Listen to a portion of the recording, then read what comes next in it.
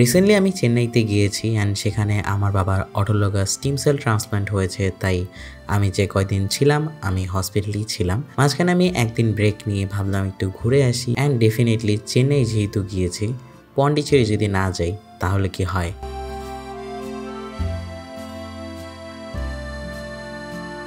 পন্ডিচেরি যাওয়ার একটা কারণ ছিল হচ্ছে ফ্রেঞ্চ কলোনি, অ্যান্ড আমি ভাবতেছিলাম সেখানে গিয়ে খুব অ্যাস্থেটিক ছবি তুলতে পারবো।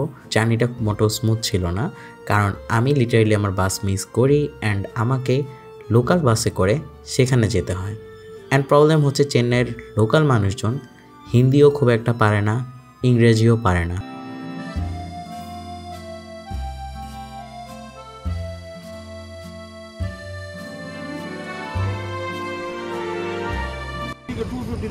No, 220 last. 220 that last I can give you.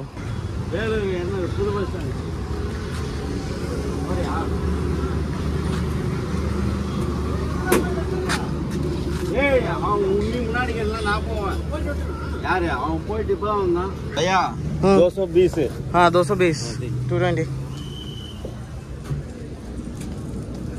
আমার বাস ছিল হচ্ছে 7:30, এখন বাজে 7:34। আমি এখনো রানীপাত ক্যাম্পাসের বাইরেই সিএমসি মাত্র অটোতে উঠলাম, জাস্ট চালু করবে। বা আমার যে অটোওয়ালা উনিও হচ্ছেন চা খাচ্ছেন, মানে সব কিছু আজকে অনেক ডিলে হচ্ছে। আই ডোন্ট নো পন্ডিচেরির বাস পাবো নাকি পাবো না। ভাবছিলাম টাইটেলে দিতে পারবো একটা ফ্লাই ইমোজি, সাথে হচ্ছে ফ্রান্সের একটা লোগো, বাট হচ্ছে না। দেখা যাক কি হয়। আপনারা তো ব্লগ দেখতেছেন, আপনারা তো ট্রেনের সামনে দেখতে পাবেন, বাট আমি তো জানি না সামনে আজকে কি হবে।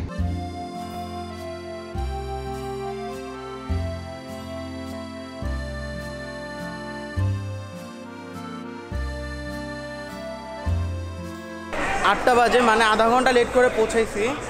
নাও লেটসি পন্ডিচেরি বাস পাই নাকি, বিকজ একটু খুঁজতে সমস্যা হচ্ছে। যাকে জিজ্ঞেস করতেছি বলতেছে এন্ডের দিকে হচ্ছে পন্ডিচেরির বাস, কারণ 7:30টার বাস অলরেডি চলে গেছে।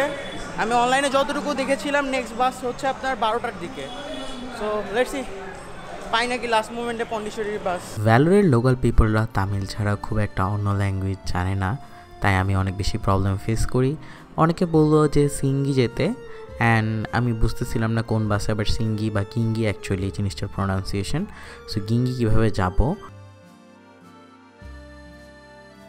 জানিও না কোথায় যাচ্ছি। আমি পন্ডিচেরির জন্য খুঁজতেছিলাম।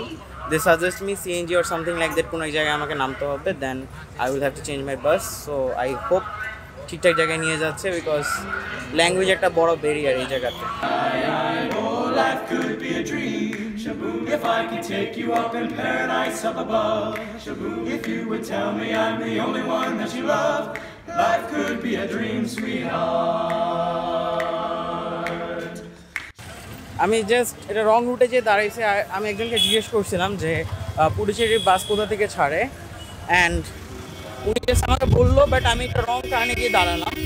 উনি লিটারালি পুরো টার্ন ঘুরে এসে আমাকে বললো যে না এটা না, অপোজিটেরটা। তো হ্যাঁ, ওনাদের মধ্যে হাম্বলনেস, তারপর হসপিটালিটি অনেক ভালো। মানুষ ইউজুয়ালি ঘুরলে মেঘালয় অ্যান্ড অন্যান্য লাদাখ এরিয়া ঘুরে, ডেফিনেটলি সবার বাকেট লিস্টে সাউথ ইন্ডিয়া হওয়া উচিত, অ্যাটলিস্ট আমি মনে করি আমার ট্যুরের পরে। তারপর আমি উঠে পড়ি খাস তামিল লোকাল বাসে। আমাদের ঢাকার যেগুলোকে বলতে পারেন তুরাগ, এই টাইপের বাসে উঠে যাই।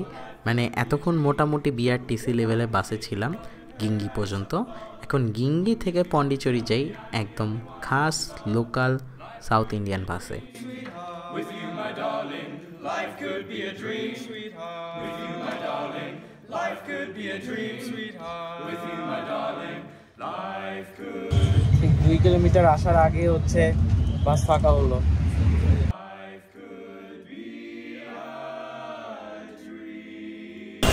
এখানে লোকাল যিনি ছিলেন তিনি বললেন এখান থেকে শেয়ারিং অটো নিলে 10 রুপি পড়বে। পুরো অটো চাচ্ছে 100 টাকা সর্বনিম্ন বলছে, 100 রুপিস।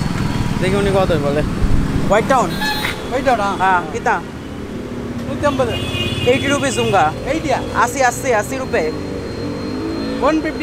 80 रुपये में जाओगे 80 পিছনে 100 রুপি বলছে, আর এখানে এসে 150 হয়ে গেল। মানে সামনে বাড়তেছে, এর দাম কি মানে বাড়তেছে নাকি?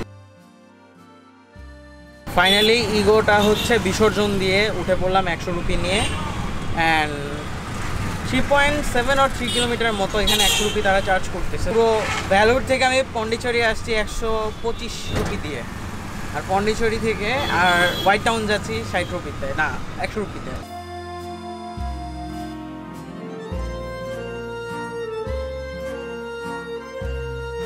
যেহেতু এটা ট্যুরিস্ট প্লেস, তো এখানকার অটো যারা চালায় তারা একটু ট্রাই করে আশেপাশে একটু ঘুরিয়ে টুরিয়ে কোনোভাবে চার্জ বাড়ানোর জন্য।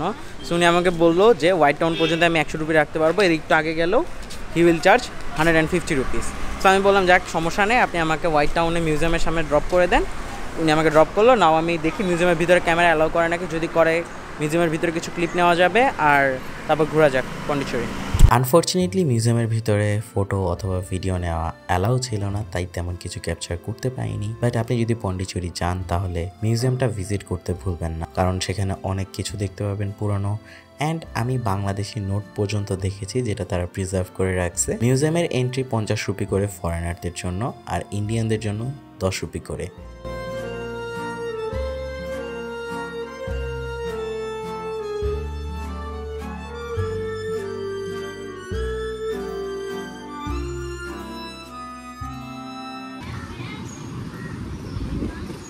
आइसक्रीम कितने का है? प्राइस कितने का है आइसक्रीम का? ये वाला कितने का है? 25। एक दीजिए एक।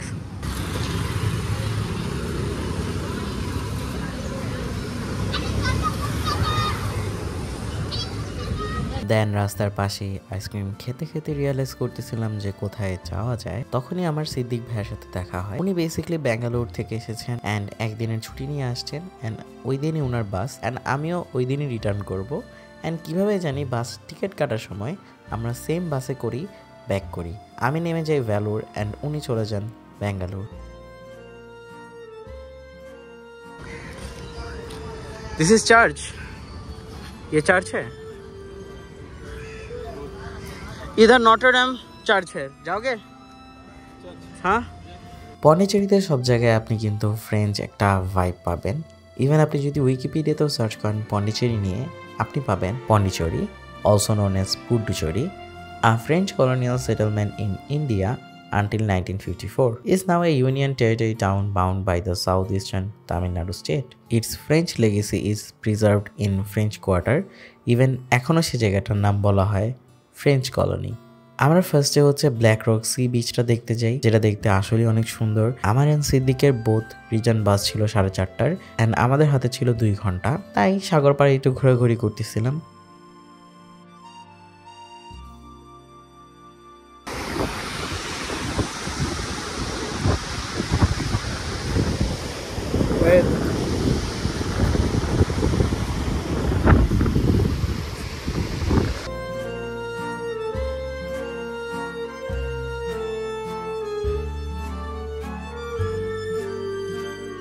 Which language you do create content? Telugu?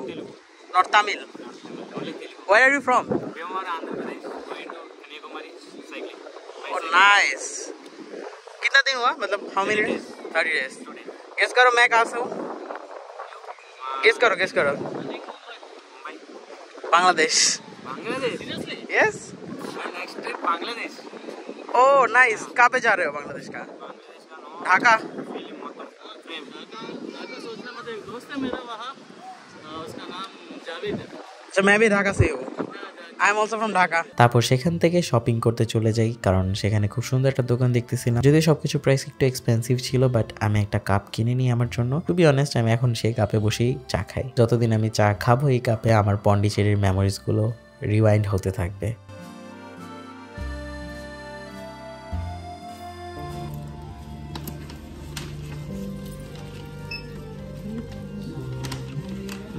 Thank you. এখন হচ্ছে আমরা ফ্রেঞ্চ কলোনির দিকে যাচ্ছি, দেখা যাক কতটুকু কভার করা যায়। 4:30তে আমাদের বাস, সো আমাদের হাতে খুব বেশি টাইমও নাই। এখান থেকে আমাদের 4টা বাজে এখান থেকে আমাদের বেরোয় যেতে হবে। আই গেস আমাদের দুজনের বাসও সেম বাসই আই গেস যাবো, বিকজ ভাইয়া যাবে হচ্ছে ব্যাঙ্গালোর অ্যান্ড আমি যাবো হচ্ছে ভ্যালুর, অ্যান্ড সেম রুট দিয়ে যাওয়ার কথা, অ্যান্ড সেম টাইমই bus. So let's see. As I already told you যে ফ্রেঞ্চ কলোনি তারপর ফ্রেঞ্চ ভাইবের জন্য পন্ডিচেরি বেস্ট।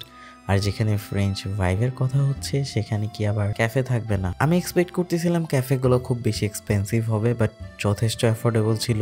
ইভেন বাংলাদেশের যে কফি শপগুলো আছে, আপনার সবগুলোরই নাম জানেন, মোটামুটি রিনাউন, তাদের থেকে অনেক বেশি কম দামে আমি কফি পাচ্ছিলাম, তাও আবার একদম সমুদ্রের পাড়ে।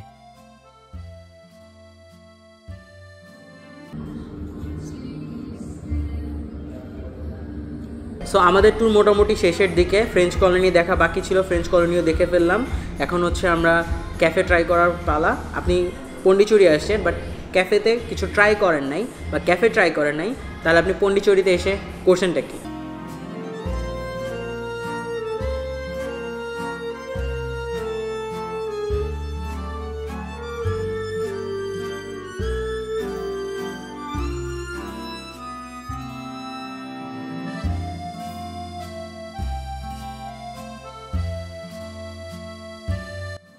দেন আমরা ফ্রেঞ্চ কলোনি চলে যাই আমাদের ট্রিপটাকে এন্ড করতে। প্রবলেম হয়েছে যে আমরা অনলাইনে বাস টিকিটটা বুক করেছিলাম অ্যান্ড আমরা বুঝতেছিলাম না যে বাসটা কোথা থেকে ছাড়বে, অ্যান্ড যিনি বাস ড্রাইভার ছিলেন উনি আবার হিন্দি ঠিক মতো পারেন না, তাই ওনাকে কল করে খুব একটা লাভ হলো না। অ্যাজ এ রেজাল্ট আমরা ওল্ড বাস স্ট্যান্ডে চলে যাই অ্যান্ড সেখান থেকে আবার আমরা লাস্ট মোমেন্টে নতুন অটো নিয়ে নিউ বাস স্ট্যান্ডে যেতে হয়।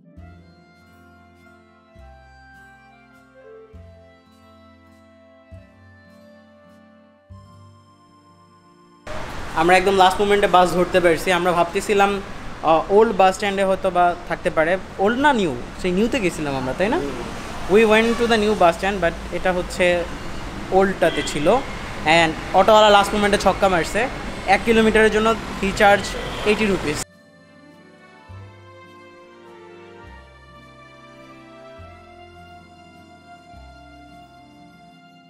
আসার সময় কীরকম ধাক্কাধাক্কি করে আসছিলাম, রাইট নাও ভালোভাবে রিল্যাক্স করে যেতে পারবো। আর 12টার পরে তো আমার বার্থডে, সো আশা করি রাত্রে 9টার মধ্যে ভ্যালুর ইনশাল্লাহ পৌঁছে যাব। ভ্যালুর যাওয়ার পর দেখা যাক কী হয়।